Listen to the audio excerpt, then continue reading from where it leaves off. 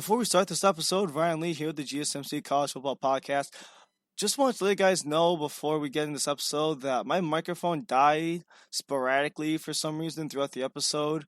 I'm going to get it fixed before the Saturday show, but if you hear any sort of audio complications, my laptop chose to switch between my external mic and my in-laptop mic. So if you hear that, I deeply apologize. I'm going to get it fixed for the Saturday show. Please bear with me. All the content I have for this episode is super amazing, and you will absolutely love it. Let's get back into the main show.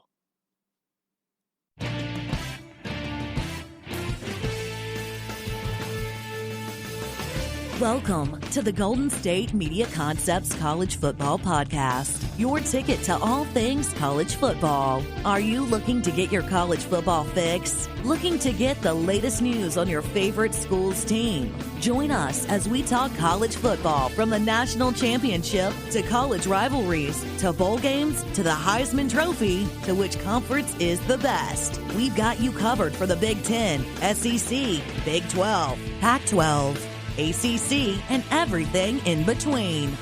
Thank you for tuning in to the GSMC College Football Podcast, brought to you by the GSMC Podcast Network. I'm your host, Ryan Lee, and once again, I hope you're staying safe amidst the pandemic, and I hope you're having a great weekend.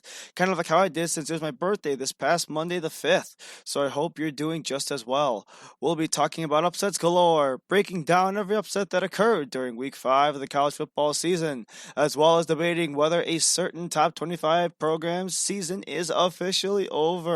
And we'll also break down the best of the picks that I made from last week, and we will break each of those games down as they were selected as my top games of the week and whether my picks were right or not. Let's get right into it. The first topic I've got today simply comes down to one word: upsets. Now, everybody's criteria for upsets are very different, but as I have established before here on the GSMC College Football Podcast, is that my criteria for an upset is very simple. Did a top 25 team lose to an unranked opponent? I don't care if it's two unranked opponents. I don't care if it's two top 25 teams. We see slightly lower seeded teams in the top 25 beat higher seeded teams in the top 25 all the time. The thing I care about is did an unranked team beat a top 25 opponent? And you might be asking me why that exact statistic is important. Well, there's actually a multitude of reasons why. And one of them is simply put, a top 25 team, statistically speaking, should not fall to any of these unranked teams. And in a bunch of the games that I have picked out where, some of these major upsets happened, I point out just how badly some of these upsets were. Some of the favorites, a lot of the top 25 teams, they were supposed to be the favorites by, in many cases, double-digit points, which is about an 85 to 90% likelihood of winning, but just did not happen that way. Everyone thought they should have won by a landslide, but clearly did not happen for whatever reason or another. So I'm going to go through them one by one. I'm probably going to end up taking two segments, taking up all the time, because some of these are huge upsets and they can actually shake up the entire top 25, especially with the fact that the Big Ten and the Mountain West are coming in about a 2.5 weeks time. So that's actually going to shake things up quite a bit, actually. The first upset I've actually noted was TCU's 33-31 win over number 9 Texas. Now, the reason why I picked this specific game as my first upset is because I wanted to strive away from the picks that I made from last week, because I typically put those in segment number 3, which is going to be coming up soon. And I want to go into a deep dive on certain teams who I either picked or who have either been upset. And I want to take a much deeper dive into that in this first segment. Just isn't nearly enough time for that. Now, the thing about the Texas TCU game is, I guess TCU only won by 2, but the thing is that Texas was supposed to win by 11. They were favored at 10.5 point favorites going into the game. But the thing is that when you look at the way that TCU and Texas played, the thing is that TCU essentially outplayed Texas the entire game. Let me break it down for you this way. The total number of first downs is advantage TCU, 25-16. Third down percentage is 7 for 17 for TCU, which rounds out to about 41.2%, versus Texas's 50%, which is 7 for 14 to be exact. So even though both teams had only 7 conversions on first down, the difference here is the ratio for that, because 41 versus 50, it's kind of a big drop. The thing is that total yards kind of tell a large chunk of the story about why TCU won in this very shocking game with the Horned Frogs. So the thing is that the Horned Frogs got 457 yards, 226 on the ground, which were both leading Texas 388 total yards and 152 rushing yards. However, the Longhorns and Spencer Ellinger had just the teeniest bit of advantage when it came to passing yards, which was 236 to 231, which essentially for Max Duggan and Spencer Ellinger's sake are essentially a wash. But here's the thing, the Horned Frogs actually outpossessed the Longhorns by a wide margin, I'd say, 34-51 to 25-09. And you might think, 5 minutes is just not a lot of time. But the thing is, in a game like football, college or professional, every second counts. You've seen several times where a team is literally a foot away from the end zone, but the thing is that they can't get to the line fast enough because they just simply ran out of time. Or that 1 second and whatever quarterback or coach, they can't get the time off in time, and they're off by just a second. So literally every second counts. Football's a game of inches, and it's also a game of seconds. The thing is with this upset, TCU jumps to 1-1, which they can hang their hat on. They had a very tough fought game versus Longhorns. It was their first win of the year. And in the meantime, giving the Longhorns their first loss of the year. Now, the thing here is that both defenses played phenomenally. 3 tackles for loss for TCU's defense and 5 passes defense, which really affects Spencer Ellinger in the long run, because I think those 5 passes defense, at least in the way I saw it, it kind of disrupted the groove that Spencer Ellinger and the Longhorn offense had in a big way. And in the way that I saw it, at least when going back into the film, the thing that I saw the most is that each deflected pass was actually in big moments. Even so much so forcing Ellinger to throw an interception. But I'll get to that a little bit later. Because Texas has played a very good defense as well. 9 tackles for loss and a sack, which is actually pretty good against a team like TCU, who they're supposed to be winning by 11-2. So things that Spencer Ellinger, the quarterback for the Texas Longhorns, he struggled in this game. 236 yards, 17 for 36 on completions, which equates to 47%, 4 touchdowns, and 1 interception. Now, you may be looking at me saying, Ryan, what are you talking about? That's a great stat line. Yeah, except 47% is not good for a top-level D1 quarterback. I can accept 4-1. What I can accept is 47%. 236 yards is great for 17 completions. And the fact that 4 of those 17 completions led to touchdowns is great. Each of them going to a different receiver. However, when you compare it to the grand scheme of things, 47% isn't a lot. If it was maybe something closer to the ballpark of, let's say, 24 of 36. That's roughly 2/3. 24 for 36 makes a huge difference because you have 7 more completions, but approximately how long is each of those completions? Well, if we use the Texas numbers from this game, let's say 7 more completions for Spencer Ellinger gets him about 6 to 7 yards a pass. Let's use 7 for the sake of the math. That's an extra 49 yards on offense. That's literally half the football field. That's a big difference for Spencer Ellinger right there. But the thing is, Max Duggan was not too shabby either. 20 for 30 at 66%, 230 yards. But the thing is, he got 0 touchdowns in the air. However, Max Duggan had an amazing game on his feet. because he was actually TCU's leading rusher at 17 attempts for 79 yards and a pair of touchdowns for Max Duggan. He played an outstanding game. And honestly, Max Duggan is the reason why TCU has their first win and why Texas has their first loss. Another big game I want to focus on is Arkansas versus number 16 Mississippi State, where Arkansas had the upset 21-14. This one was extremely shocking to me because Mississippi State was a 17-point favorite. Yes, 17-point favorite. Arkansas now goes to 1-1. Mississippi State now jumps to 1-1 as well. The thing is that Arkansas was heavily outplayed by Mississippi State. And it wasn't even close. 24 first downs for Mississippi State versus 17 for Arkansas.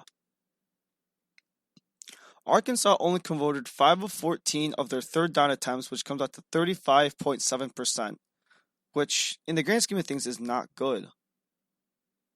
But it's okay because Mississippi State was equally as bad on third down at 35.3%.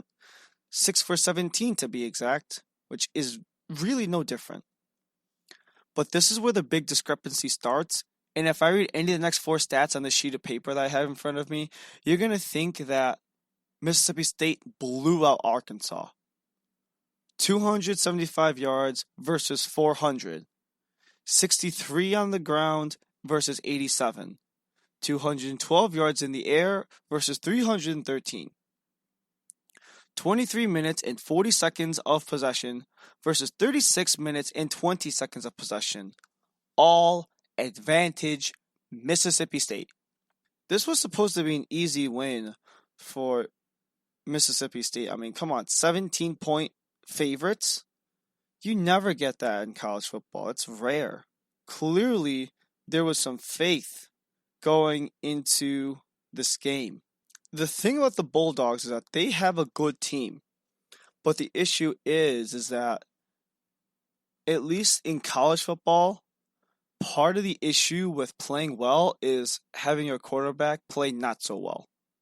Because the thing is, Felipe Franks had a great day. 20 for 28 for 71%, 212 yards, 2 touchdowns, and 0 picks.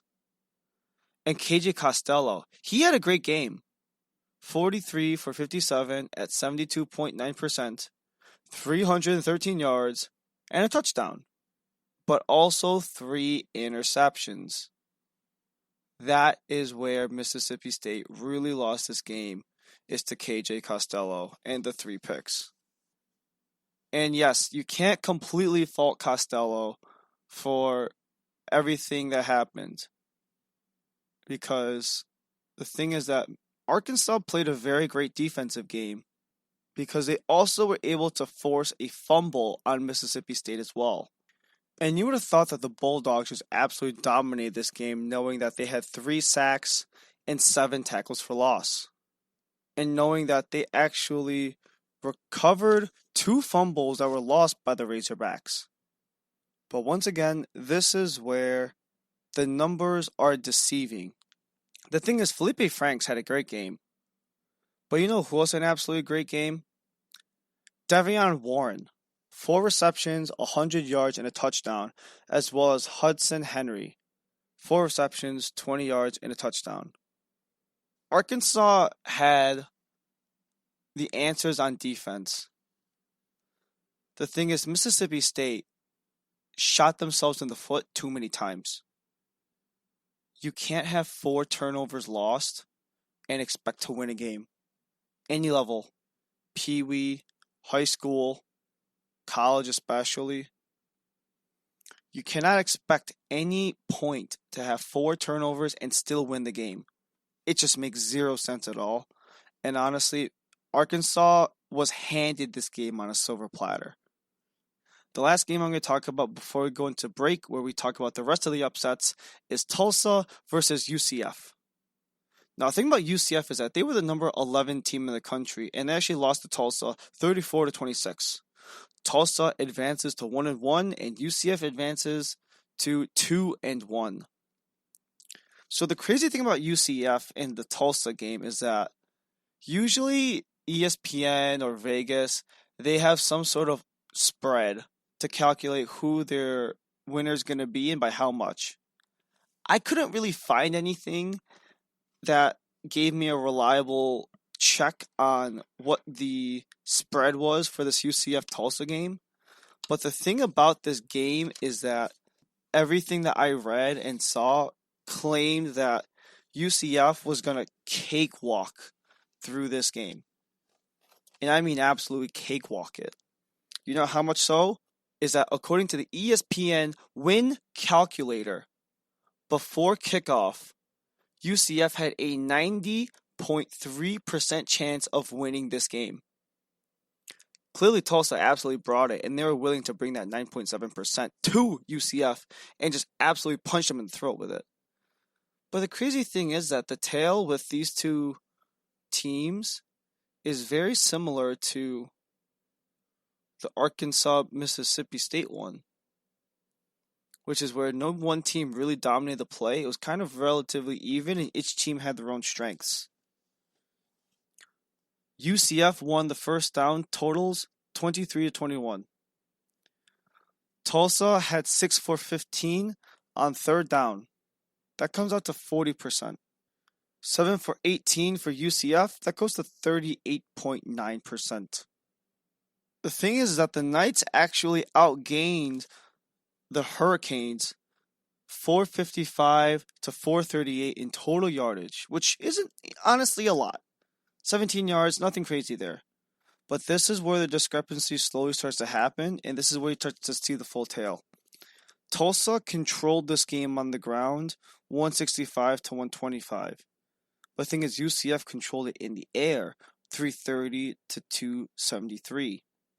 Time of possession, actually very even. You'd be surprised, actually. 30-34 for the Golden Hurricanes and 29-26 for the Knights. And both teams had 2 fumbles lost and 1 interception. But there's one stat that I didn't mention that I don't typically mention, but I thought deserved a mention.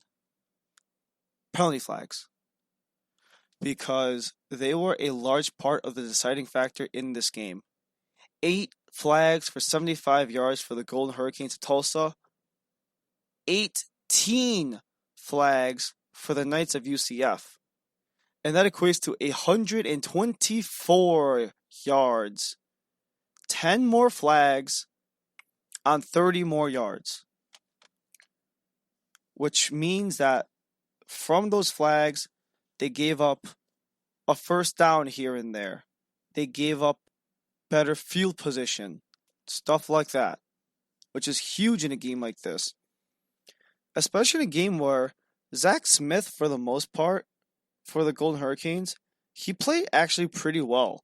17 for 29, sitting at 58.6% for 273 yards, 3 touchdowns, and a pick. Versus Dylan Gabriel, who was at 54.9%, which is 28 for 51 to be exact, 330 yards, a touchdown, and a pick. But the thing is that a lot of the role players for the Golden Hurricanes actually had some great days, because TJ Wilkerson had 22 rushes for 86 yards and a touchdown, and they had 3 wide receivers, each with their own touchdown.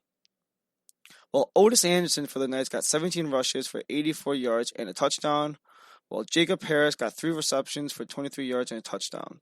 But here's where the biggest difference comes in to me, and that's the defenses. 8 tackles for loss, 2 sacks, 2 passes defensed, coming from the Knight defense. Now, the Golden Hurricanes, 1 sack, but 10 tackles for loss, 9 passes deflected. Now, you might be looking at me and saying, that's not that big of a deal.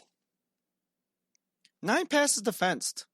Let's say 4 of them, 4 of the 9, get completed. That shifts everything. With the way that the trajectory of the game was going, those 4 completions mean a lot. Because that means Dylan Gabriel cannot get a rhythm going with his receivers, especially with the Golden Hurricanes, just blocking everything that came their way, especially in the secondary. From what I could gather, honestly, Zach Smith did a very good job at rallying the Golden Hurricanes. And because of that, Tulsa really grinded out for the win there.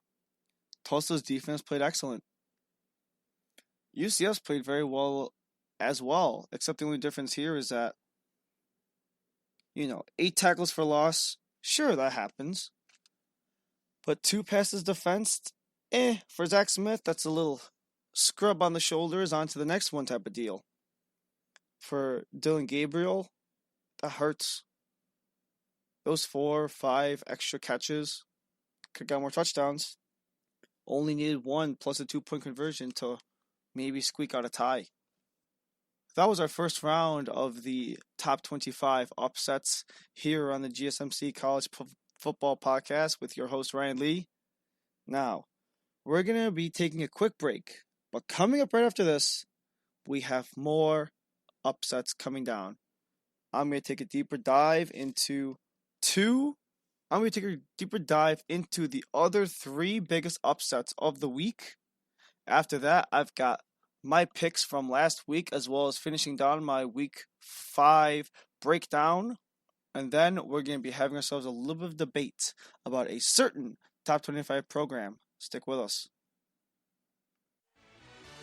Are you looking for the very best NFL and college football podcast? Then check out the GSMC Football Podcast. Get the latest football news both on and off the field. From the NFL Draft to trades to the rumor mill to the NFL Combines, they got you covered. That's GSMCpodcast.com/football-podcast. Get updates on college rivalries, game day insights, and much, much more. It's football talk the way you want it. This show eats, sleeps, and breathes football. Don't forget to like them on Facebook and follow them on Twitter. Visit GSMCpodcast.com for more info.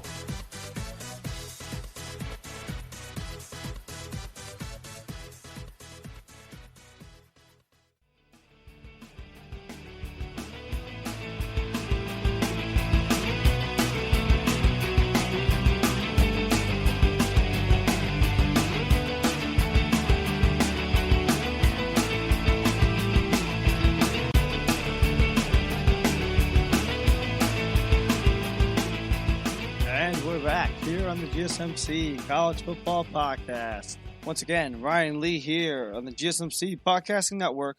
I just talked about my first 3 of the 6 big upsets here in week 5 of the college football season. I'm about to break down the other 3 that completely shake up the landscape of the way the top 25 is made up, including how SMU was able to take down number 25 Memphis by a score of 30-27. That brings Memphis to 1-1, while SMU actually goes to 4-0, believe it or not. The crazy thing about this game is that SMU was actually a 2-point favorite going in. Not Memphis, the top 25 seed, but actually it's SMU, which to me is actually a little bit crazy because that's not really something you expect from a team outside the top 25 position to just be like, Vegas all of a sudden being like, oh yeah, we think this unranked team is going to win. That almost never happens. Sometimes. Very infrequently, though. So the thing is that the Memphis Tigers actually led in terms of total first down conversions at 26-21. And they also led in terms of third down conversion percentage as well, 10 for 17, which sits at 58% versus the 52% that the SMU Mustangs got at 9 for 17. The yardage is a little bit weird because 549 yards for the Mustangs versus 501 for the Tigers, 205 yards on the ground for Memphis versus 75 by SMU, but SMU absolutely let it fly with 474 yards versus Memphis's 296. And this is another game where time possession was actually relatively even at 30-51 to 29-09. So the thing is that Brady White and Shane Bruchel, they had themselves an absolute shootout. And the thing is that both their numbers, they were both outstanding in this game. I thought these guys gave us an absolute show. And with the numbers they put up, this needs to be a much more higher scoring game. Maybe closer to like 35-38 or something like that. Because with the way that it looked like on the eye test, does not line up with what it says on paper. Because both these two teams looked outstanding. So the thing is that Brady White, he had himself an absolute great day. 29 for 42, sitting at 69%, 296 yards, 3 touchdowns, but a pair of picks. And the thing is that Shane Bruchel, he had himself a great day as well. 32 for 46, sitting at 69.6%, 474 yards, 3 touchdowns, and 0 interceptions. Let me reflect back to just a couple of minutes ago because the thing is that Shane Bruchel had himself an absolutely amazing game. 39 for 46, sitting at 69.6%, 474 yards, 3 touchdowns, and 0 picks. However, the thing about the Tigers is that they had a good supporting cast. Sean Dykes had 6 receptions for 85 yards and a touchdown, and Calvin Austin got himself 6 receptions as well, but for 78 yards and a touchdown. So Brady White really doing a good job distributing the ball there, finding all of his different receivers and getting them some contributions, some touches as well. The thing about the SMU Mustangs is that they were really good through the air, because if you have a guy who can throw for 474 yards, then clearly he's got some weapons around him, and he definitely used them. Reggie Robertson Jr., 5 receptions, 243 yards, and a pair of touchdowns, as well as Danny Gray, who got 6 receptions, 42 yards, and a touchdown as well. Both teams had an absolutely outstanding day on offense. Except for the part where SMU lost a pair of fumbles. To be fair, Memphis lost a pair of fumbles as well, which kind of evened itself out. However, the 2 interceptions that Memphis allowed really hurted Brady White and the Tigers from having a shot at really taking this game away. Because the thing is that, yes, Shane Bruchel had an amazing game. Yes, Reggie Robertson had also an amazing game. But the thing is that when you have that many turnovers, all you're doing is you're shooting yourself in the foot, you're shooting your offense, your defense, your fellow players in the foot, you're shooting your coach in the foot, you're shooting your program in the foot. But at the same time, Memphis tried to do everything they can with 6 passes defensed, 5 tackles for loss, and a pair of sacks. The defense was not entirely out of it. They did make life a little bit more bearable for this Tigers team, though. However, the Mustangs, they were all over the place on Memphis. 4 passes defensed, 7 tackles for loss, and a trio of sacks, which means they were able to get close to Brady White several times, and maybe those additional 2 tackles for loss and that 1 extra sack was just enough pressure to have Brady White maybe just throw a little bit off target here and there. That's what it looked like to me anyways, and that's just my point of view on it. The next one I'm going to go to is NC State, who beat Pitt, who is ranked number 24 in the country, by 1. 30 for NC State, 29 for Pitt. NC State advances to 2-1. Pitt drops to 3-1.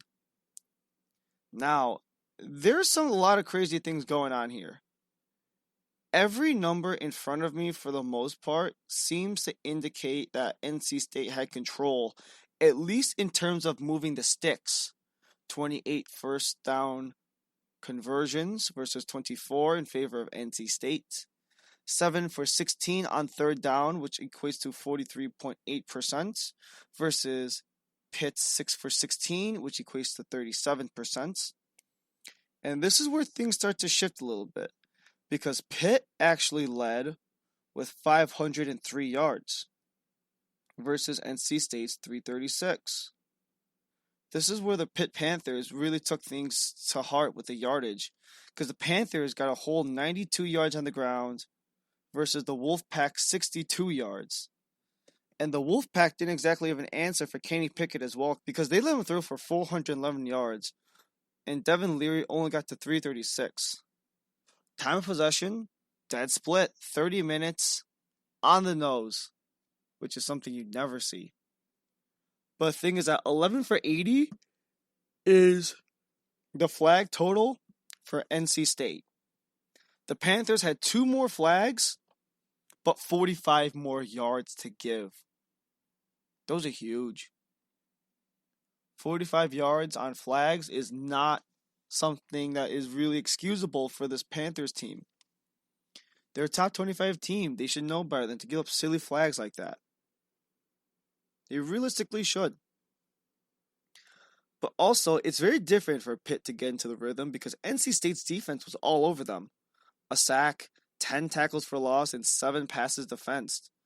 That means it made things really difficult for Kenny Pickett and this Pitt team to really get into a groove, find something that worked, whether it was in the air or on the ground, because clearly NC State was just all over them.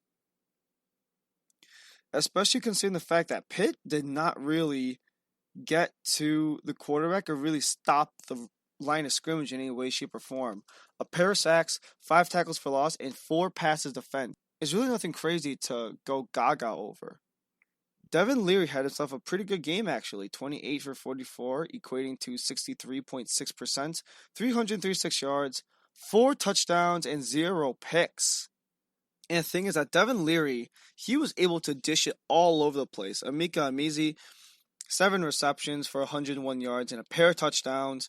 And Kerry Angeline, 4 receptions, 60 yards, a pair of touchdowns as well. The thing is that Kenny Pickett did not only lead this team in the air, but on the ground as well. 22 for 39 is 56.4%, which is a little bit choppy for Kenny Pickett. However, for 411 yards, it's something you can positively nod your head to, as well as a touchdown with 0 picks. The crazy thing too is that Pickett also led them on the ground. 15 rushes for 40 yards and a pair of touchdowns from Kenny Pickett of the Pitt Panthers. And he had some big dishes. DJ Turner, wide receiver, had 8 receptions for 186 yards, and Jordan Anderson had 2 receptions for 77 yards and a touchdown as well. This Pitt team was really cooking here. And they had some stuff to work with that was absolutely on fire. The thing about the Panthers of Pitt and the Tigers of Memphis is that they're towards the bottom of the totem pole in terms of the top 25. But the thing is that the AP and whomever else, they deemed these two teams to be worthy of the top 25 in the country. Yes, I will accept the argument of no Pac-12 or Big Ten. However, even without those two conferences alone, a top 25 team should still be able to perform like a top 25 team.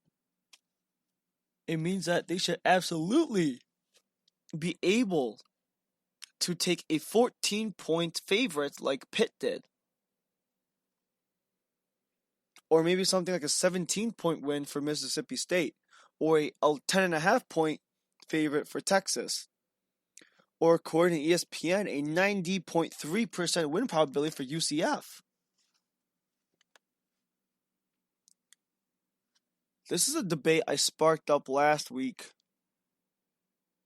and I still believe it to be true, which is that teams with too much pressure tend to crumble the fastest. I've had this theory for years, and I honestly believe it to be true. Think of some of the most recent examples of teams, either in professional sports, the NCAA, whatever, who had the most pressure and absolutely crumbled. I can think of an NCAA basketball example, and that was Virginia's basketball team. They just put zero urgency into their game. And because of that, they lost to a 16 seed for the first time ever.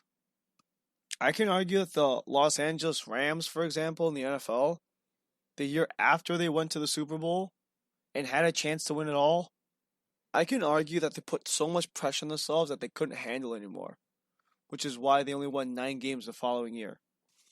So as cool as it is for any of these teams to get in the top 25, some of these teams, they're not as experienced as, say, an Alabama or a Clemson or Georgia to understand, hey, this top 4 or this top 25 means something.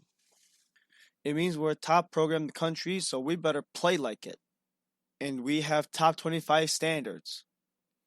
Some of these other teams, maybe it's a little too much pressure. It's like, oh, cool, top 25. We didn't expect that to happen. Maybe it shifts their mindset a little bit. They're more excited about being top 25. Instead of being like, okay, now we're top 25, we got top 25 expectations. Well, once again, that's just the way I see it. And once again, tends to happen a lot more than people believe because sometimes the expectations are a little too high. That maybe some of these teams just cannot handle that pressure. That is it here for Upsets Galore. I'm going to go into the next segment right after the break, which is the best and worst of my bets from last week. I am going into put your money where your mouth is, except I'm not teaching any new terminology. I'm saving that for the Saturday show. What I'm doing instead is I'm going back into my picks for the week. 3 specific games that I chose as my games of the week. And I made my bets for over and under. I'm tracking to see how well or how poorly I did. And why they've panned out the way they did. Stick with us. That's coming up right after this.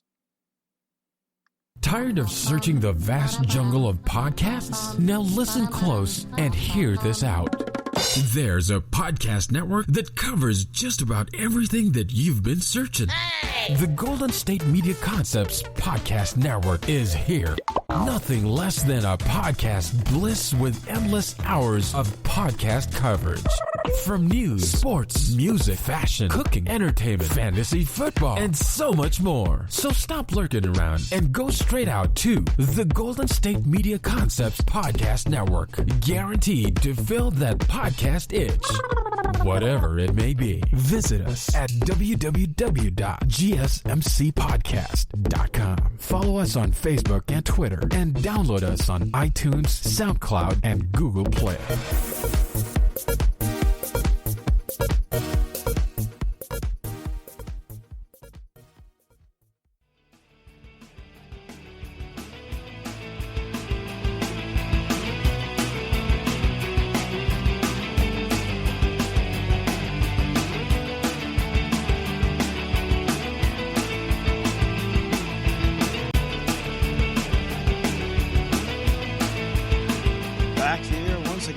GSMC College Football Podcast. We just once again talked about the upsets galore that we saw back in week 5, and we're going to be going into a little bit of a segment I like to refer to as Put Your Money Where Your Mouth Is.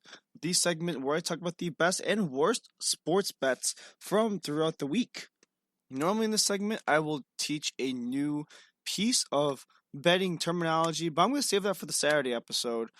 So if you want to learn a new term to put into your betting repertoire, be sure to tune in on Saturday. But right now, I have my 3 top games of the week that I focus on every single week. And the thing is that I typically pick 2 top 25 opponents who face each other. Because to me personally, they create the most intrigue. You know, like if you have a team who's, let's say, like, for example, the Pitt NC State game, the one I just talked about, 14 points, like going into that, seeing the film both teams, that match doesn't intrigue me. However, a match that absolutely did intrigue me, at least a little bit, was Iowa State and Oklahoma. This was actually another big upset, but the reason I didn't put in the upsets galore segment was because it was part of my top 3 from last week. Iowa State advances to 2-1. Oklahoma drops to 1-2. Iowa State was unranked, and Oklahoma was actually ranked number 18. Iowa State won 37-30. Oklahoma was a -8 favorite, which was the most updated number literally to the last physical possible second. And the thing with this Oklahoma-Iowa State game is that you look at this game, Iowa State looks like they outperformed Oklahoma almost in every way, shape, and form. A few discrepancies, but for the most part, yes. 23-22 in favor of Iowa State in terms of first down conversions. The thing is that Oklahoma was absolutely abysmal on third down. The Sooners were only at 30.8%, 4 for 13 to be exact. Meanwhile, Iowa State, they were 6 for 10, which is at 60%, which is a pretty good ratio if you ask me.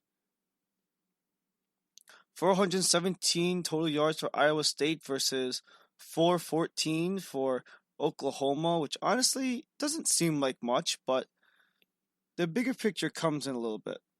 The thing about the Cyclones is that they outgained the Sooners 135 to 114 on the ground, but also on the day 417 to 414, which seems very minuscule. But the thing is that Spencer Rattler actually outperformed Brock Purdy just a little bit.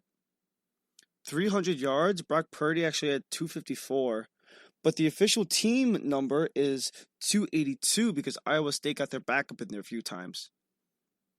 And time position went in favor of the Sooners, 33-34 to 26-26. So the thing is that Purdy and Rattler, they were absolutely slinging it.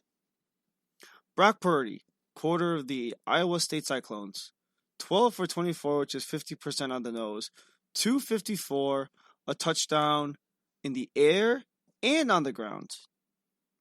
254, that means he was slinging it at about 20 yards per throw. He was throwing darts all over the place.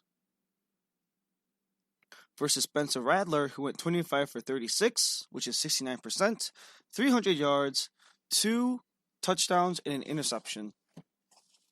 Now, the big thing you have to consider when looking at Spencer Rattler's one interception is that once again, he coughs it up at the worst possible moment, which is at the final drive when they're pushing to get that score that they need to take over the game. I don't know what is about Spencer Rattler, but there's a terminology in sports called the clutch gene. Basically, when the biggest moments are up, when the most pressure is on you, how do you perform? So far in the past 2 weeks, it seems like Spencer Rattler has absolutely unfolded and has yet to develop the clutch gene. And that depends on whether or not Lincoln Riley can help Rattler develop that. Bryce Hall, a running back for Iowa State, had 28 rushes for 139 yards and a pair of touchdowns. And the thing is that Purdy and Xavier Hutchinson absolutely had great connection. Three receptions, 83 yards, and a single touchdown. Now the thing is that Rattler's pretty good on the ground as well with 9 rushes with 20 yards and a touchdown. But he really connected very well with Jeremiah Hill, who had 5 receptions for 37 yards and a pair of touchdowns. Which is pretty good, actually. Now, once again, I've been examining these defenses a little more because they do play a huge role in the overall outcome of the game. A pair of sacks and 8 tackles for loss for Iowa State. That means that they got pressure on the Sooners. Spencer Rattler probably had not that much time to throw, which is why some of his throws maybe weren't in the greatest positioning, maybe in a high-risk area, which is probably why you get things like pass deflections and interceptions on the final drive, stuff like that. Oklahoma got pretty decent pressure on Iowa State too, except in their passing game. Probably explains why Brock Purdy was only 50% on the day. 6 passes defensed with 4 tackles for loss and a single sack. Oklahoma should have had this game. From the eye test, in my point of view, Oklahoma, they had Iowa State under control for the most part. I understand that we're asking a lot of a freshman quarterback. But 2 straight games with an interception and a potential game-tying and or game-winning drive is a little bit much now. That's something that takes work. Being able to not let the pressure get to you. I personally selected very wrong on this. At the time that I recorded last week's podcast, I chose to do Oklahoma minus 6.5, I believe was the number. The most recent number I have from ESPN is 8. And I chose Oklahoma on the 8 to cover the spread. And that was a mistake. Unless Oklahoma just absolutely collapses, I cannot see a foreseeable future where Oklahoma does not win by 7 or more. I just cannot see it. Yeah, I whiffed on Oklahoma a little bit. I did. I think a lot of people did. And I'm honestly a little worried about the Sooners.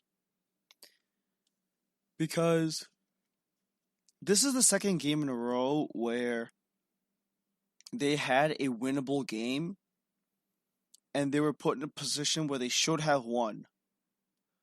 And they set themselves up in a situation where they easily could have come back. But either it's a lack of clutch gene or miscommunication or whatever it is, it's not working for the Sooners. And I'm going to compare the rest of the Big 12 in the next segment, the final segment actually. But it concerns me because the Big 12 has looked great this year. And Oklahoma just has not. Let's go into the next game. Number 13, Texas A&M versus number 2, Alabama. Alabama destroyed TCU just in terms of the score, 52-24. I whiffed on this one again. I thought this was going to be a tight game. The most up-to-date number is -18. I thought this was going to be a much closer game, maybe about 1, maybe 2 scores at most. No, it was a 28-point differential here. And I did not see that happening, to say the least. I'm going to say Bama wins. But I think it's going to be closer to about... I think it's going to be just shy. Honestly, 14 seems about right to me. And I feel like 17 is just a tiny bit much. The thing about A&M is that they had 25 first down conversions versus Bama's 22. And they were actually relatively close on third down, 10 for 17 for A&M, which equates to about 58% versus the Crimson Tide, who had 50%, 5 for 10. The yardage seems to point straight to the Crimson Tide. 544 in total versus 450 for the Aggies. 115 on the ground versus 109 in favor of Texas A&M. However, Alabama and Mac Jones just ripped it through the air for 435 versus Kellen Mond's 335. Technically, Mond threw for 318, but the team threw for 335 due to backups and stuff. A&M could have easily controlled this game with clock possession because they had it. 37-42 versus 22-18. The Aggies had the clock. They just didn't use it properly. But also because Nick Saban's defenses, they're good. They're great. A lot of the best defensive players in the NFL right now, they come from Alabama. Because the defenses are actually a huge story. Because yes, A&M got a single sack, but 3 tackles for loss, 2 passes defense, and a single interception.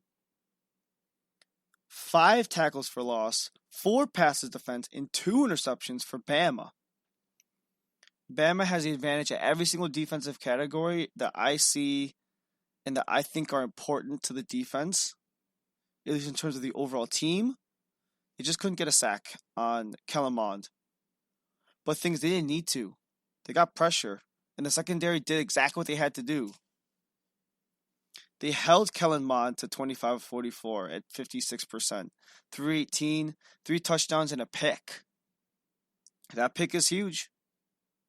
Because he also picked off the backup as well. And the thing is that Nia Smith had 6 receptions for 123 yards and 2 touchdowns. So clearly whatever Mond was doing seemed to work with Smith. However, Bama, which now advanced to 2-0 versus A&M, who is sitting back at 1-1, they absolutely had a day. Everyone had a great game in some way, shape, and form.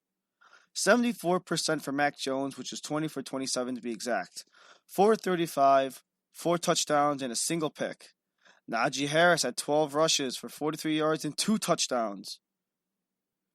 And John Metchich III had 5 receptions for 181 yards and a pair of touchdowns. That's 36 yards for a single catch on average. That is actually insane. And Jalen Waddle also had himself an outstanding game. 5 receptions for 142 yards and a touchdown. And even Devonta Smith got in the action as well with 6 receptions, 63 yards, and a touchdown as well. Bama steamrolled A&M. Well, a large part of that is due to the fact that Nick Saban is often known as a defensive coach. But in this game versus A&M, they absolutely brought their offense to the Aggies. And the Aggies had absolutely zero answer. Because normally when you expect Alabama, you expect mostly ground and pound with a little bit of running here is what you expect from Nick Saban. The final game I have for today in terms of my big matches was Auburn and Georgia. This was number 4 and 7. Georgia was seeded 4th and Auburn was seeded 7th.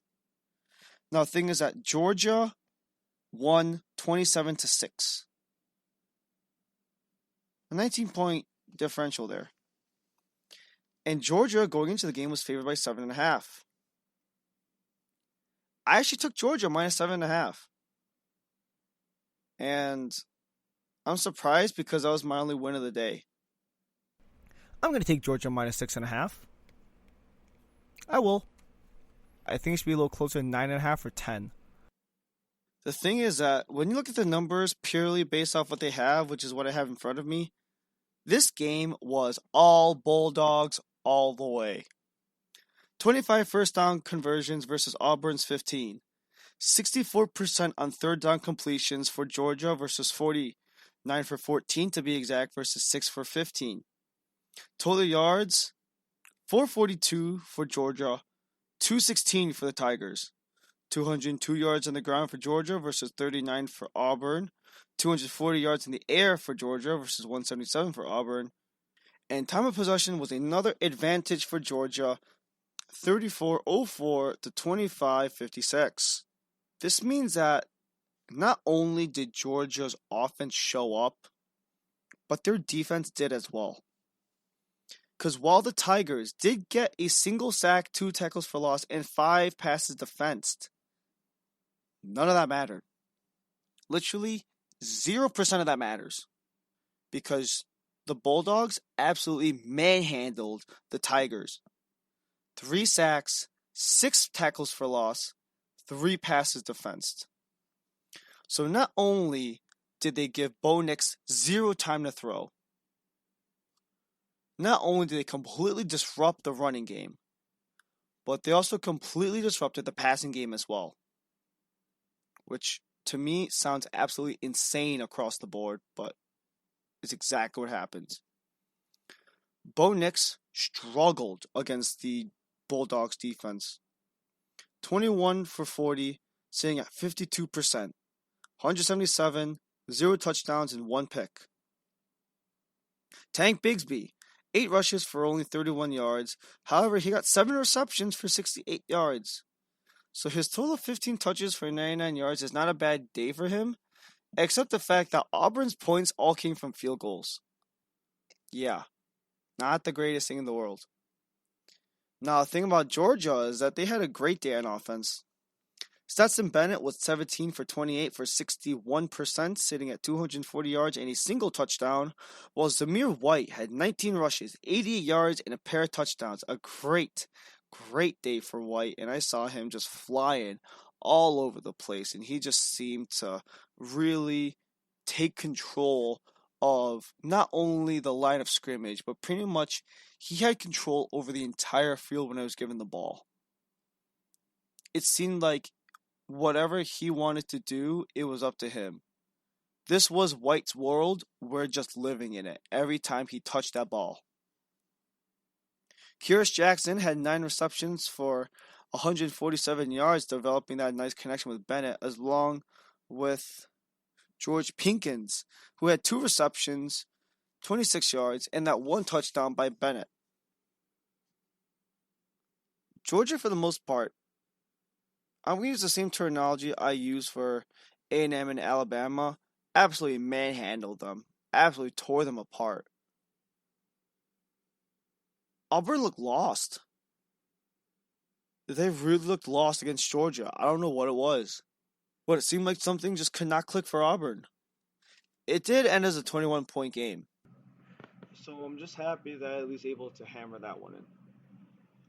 1 for 2 on the week, 3 for 3 so far, and on my Saturday show, I'm going to have my picks coming up for the Saturday set of games.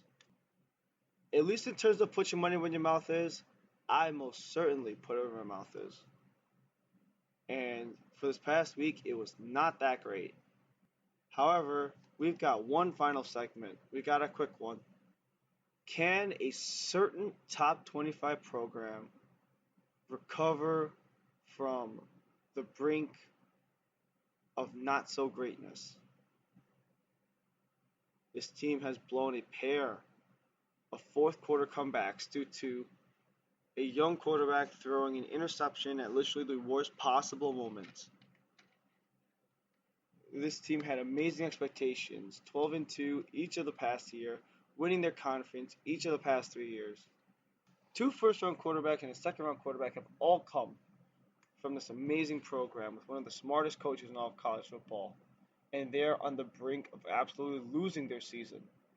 Whether I think this is going to come to fruition or not, that's coming up right after this. Are you looking for help for your fantasy football team? Check out the GSMC Fantasy Football Podcast. Get today's best advice on who to start, who to sit, even who you should draft. From sleeper picks to red hot lineups, they got it all covered for you. That's gsmcpodcast.com/fantasy-football-podcast. We'll cover traditional leagues, dynasty, PPR, even IDP leagues. When you need fantasy help, there's just one show to hit up. Don't forget to like them on Facebook and follow them on Twitter. Visit gsmcpodcast.com for more info.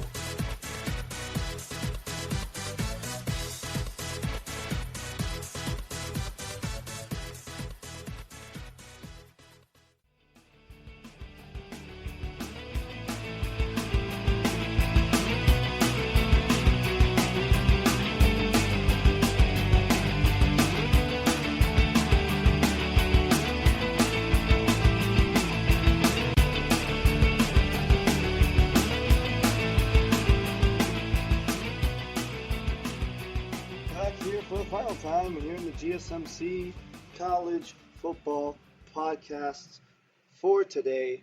Ryan Lee for the final time, and I just went over a bunch of the top games from this past week. A lot of the things, including some of the big upsets that happened from throughout the week, including every single top 25 that was upset, including my 3 picks of game for the week, which includes Alabama, Texas A&M, Auburn at Georgia, and Iowa State versus Oklahoma. Now, Oklahoma to me, I talk about them a lot on the show. I have. If you've really paid attention to the way that I have gone about certain things on the show, I tend to talk about Oklahoma a lot, and it's for a reason. And that reason essentially is because they had this high bar in the Big 12. And I think that the Big 12 has maybe 2 high-level contenders that started out throughout the year. I believe starting out before the year started, they had 3 teams in the top 25, which was Texas, Oklahoma, and Oklahoma State, if I'm not mistaken.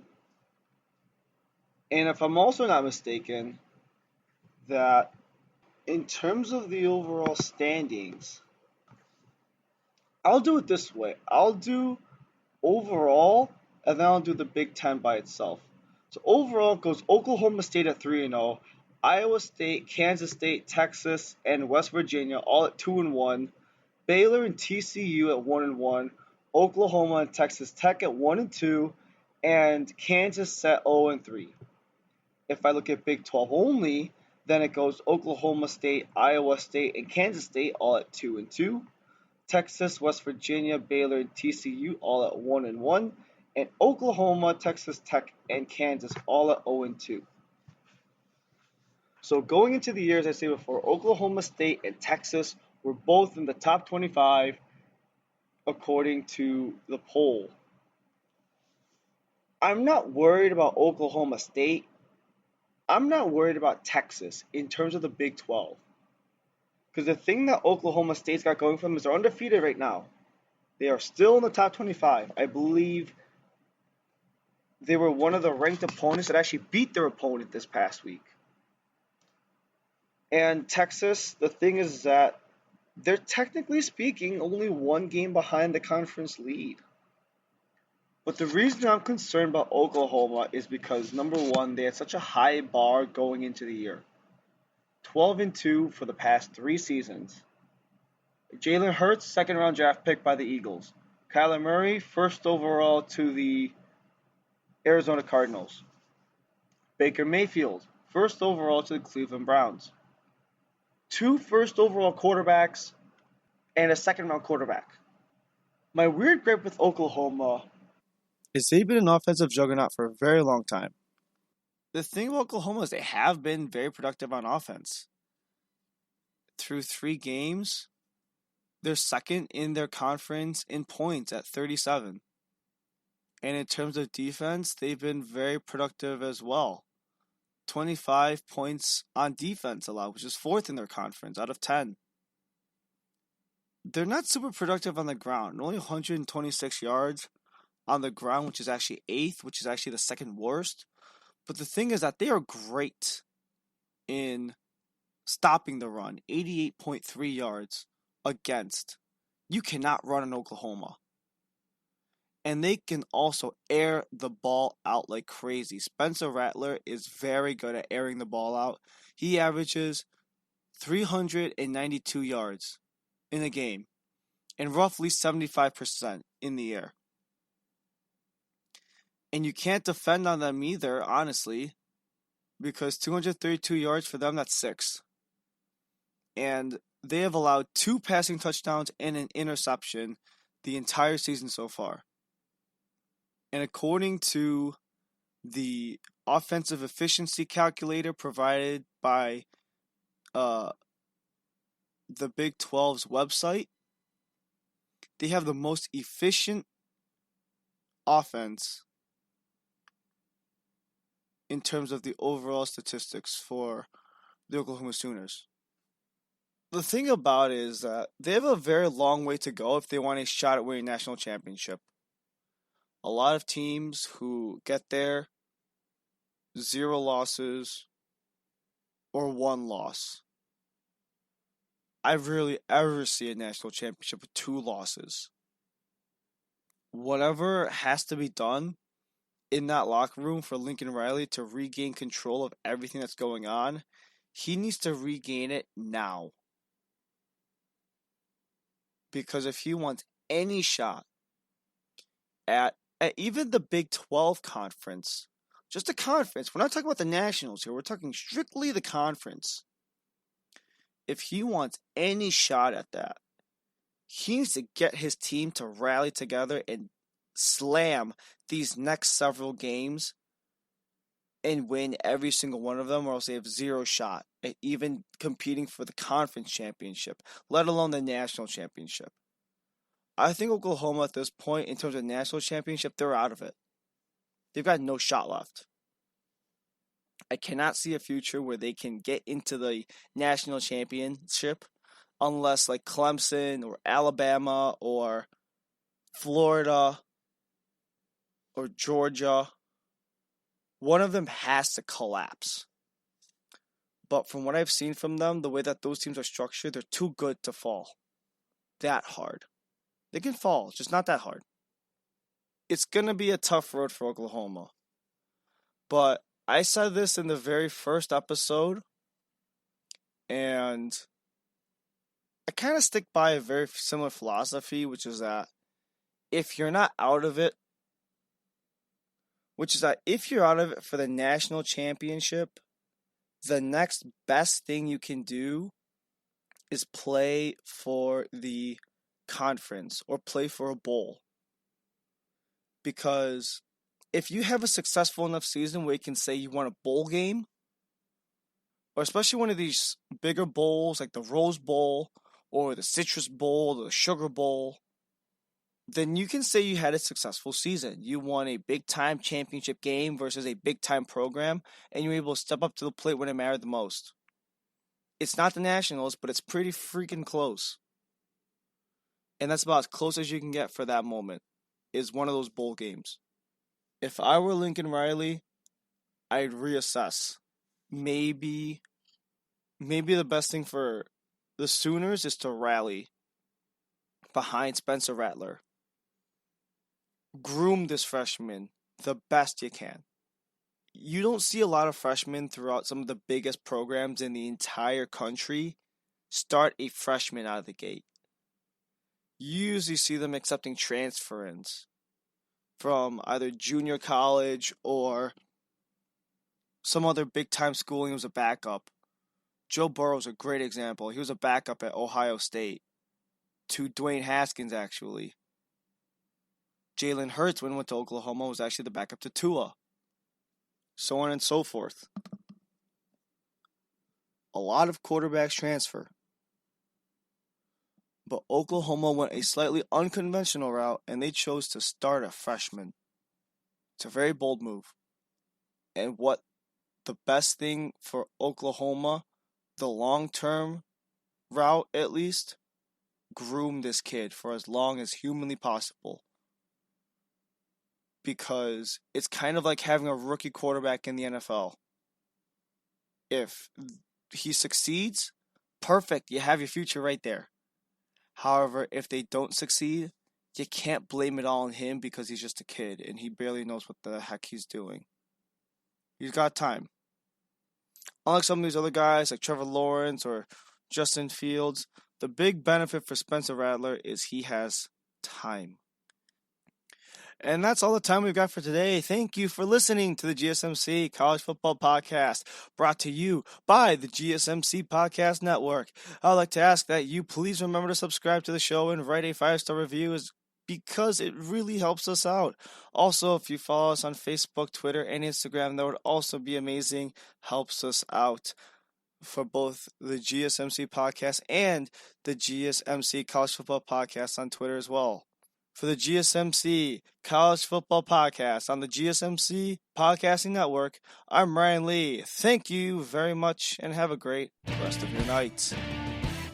You've been listening to the Golden State Media Concepts College Football Podcast, part of the GSMC Podcast Network. You can find this show and others like it at www.gsmcpodcast.com. Download our podcasts on iTunes, Stitcher, SoundCloud, Google Play, or anywhere you find podcasts. Just type in GSMC to find all of our shows from the GSMC Podcast Network. From football to basketball, baseball to MMA, and even soccer. You can also follow us on Twitter and Facebook. Thank you, and we hope you have enjoyed today's episode of the Golden State Media Concepts College Football Podcast.